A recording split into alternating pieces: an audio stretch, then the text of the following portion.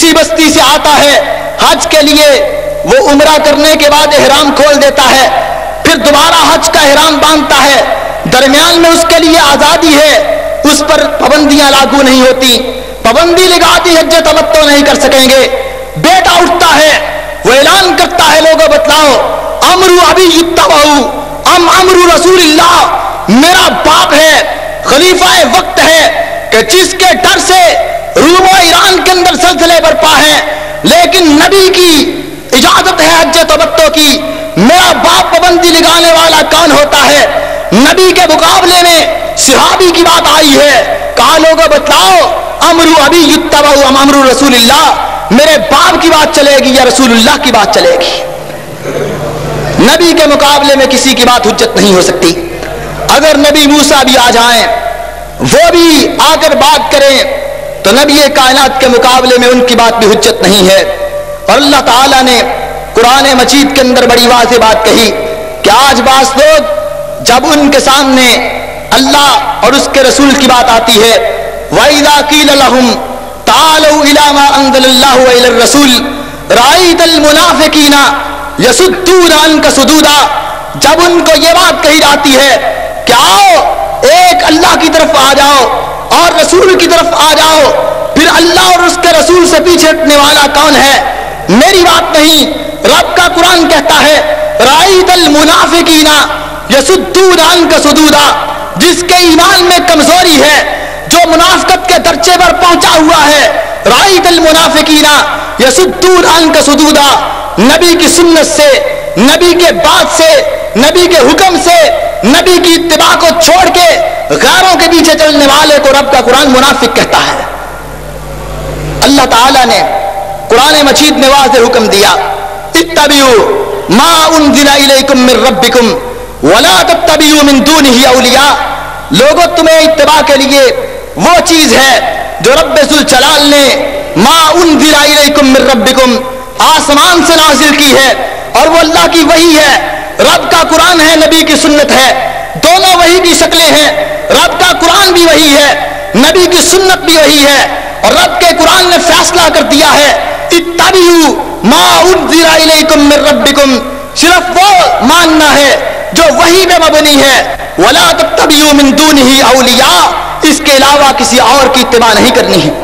मुफस्सिरीन ने लिखा है मिन दूनिही औलिया के अंदर किताब और सुन्नत, कुरान और हदीस के अलावा जिसकी बात भी आएगी वो मिन दूनिही औलिया के अंदर आएगी। जो आदमी किसी और की बात को नबी के मुकाबले में हुज्जत मानता है, वो इस कुरान की वाज़ेह आयत के अंदर अल्लाह के हुक्म का मुखालिफ आदमी है। लेकिन आइए जरा चंद लम्हात के अंदर मैं आपके सामने तकलीद के हवाले से चंद बातें अर्ज करके मैं अपनी बात को आगे बढ़ाने की कोशिश करूंगा कि आज बाज़ लोग ये बात कहते हैं, जब तक बड़ों की तकलीद न की जाए, किसी इमाम का दामन न थामा जाए, किसी इमाम की तकलीद को अपने सीने से ना लगाया जाए, आदमी मसाइल ही नहीं समझ सकता है। लेकिन आपने देखा कुरान की आयत के अंदर रब्बे ज़ुल जलाल ने नबी की इत्तिबा का हुक्म दिया है, किसी और इमाम की तकलीद का हुक्म नहीं दिया है। और आइए तकलीद क्या चीज है, तकलीद किसको कहते हैं और तकलीद क्या सिखाती है? तकलीद इस चीज का नाम है कबूल कौलिम बिला हुज्जा, किसी की बात को बिला दलील मान लेना तकलीद कहलाता है।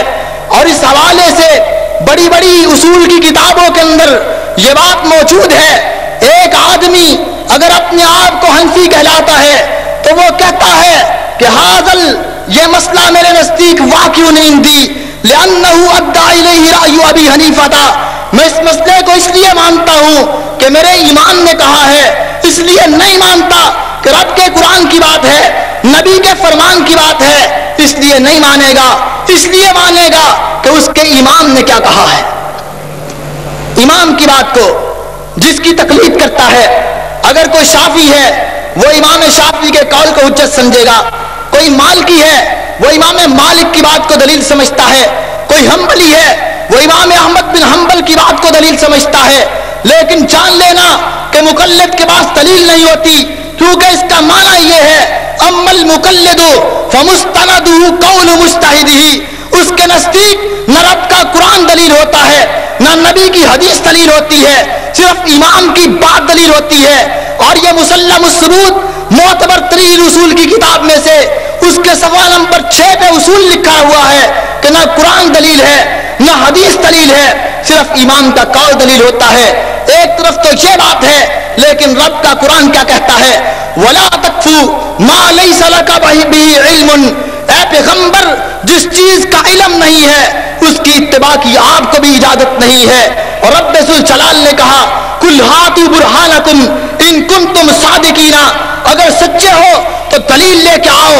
جو دلیل سے بات کرتا ہے وہ ہمیشہ سچا ہوتا ہے، اور دلیل رب کا قرآن ہے، نبی کا فرمان ہے۔ جو دلیل کے علاوہ اندھی تقلید کرتا ہے وہ کبھی سچا نہیں ہو سکتا۔ رب نے معیار قائم کیا ہے قُلْ هَاتُوا بُرْهَانَكُمْ إِن كُنتُمْ صَادِقِينَ۔ تقلید کیا سکھاتی ہے؟ آخر ہم تقلید کیوں نہیں کرتے؟ کیا ہمیں اس سے خار ہے؟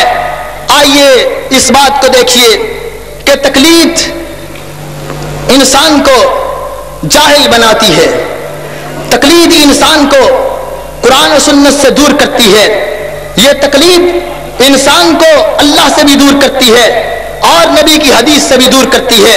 اس کے لیے آئیے آپ کے سامنے چند مثالیں پیش کرتا ہوں۔ جال حق بریلوی علماء کے ہاں معتبر ترین کتاب ہے، اور اس جال حق کے اندر تقلید کی بحث کرتے ہوئے ایک بریلوی عالم مفتی احمد یار نعیمی گجراتی نے لکھا ہے، وہ لکھتا ہے کہ ہمارے مقلد کے لیے یہ حدیثیں دلیل نہیں ہیں، مقلد کے لیے دلیل صرف قول امام ہے۔ یہ حدیثیں آ جائیں لیکن مقلد کبھی بھی اس کو نہیں مانے گا، کیونکہ اس کے نزدیک یہ روایتیں دلیل ہی نہیں ہے، صرف امام کا قول ہے۔ اب روایت کیا چیز ہے؟ نبی کی بات کو اپنی اندھی تقلید کی خاطر کہا یہ دلیل ہی نہیں ہے۔ جو آدمی نبی کی بات کو دلیل نہیں مانتا ہے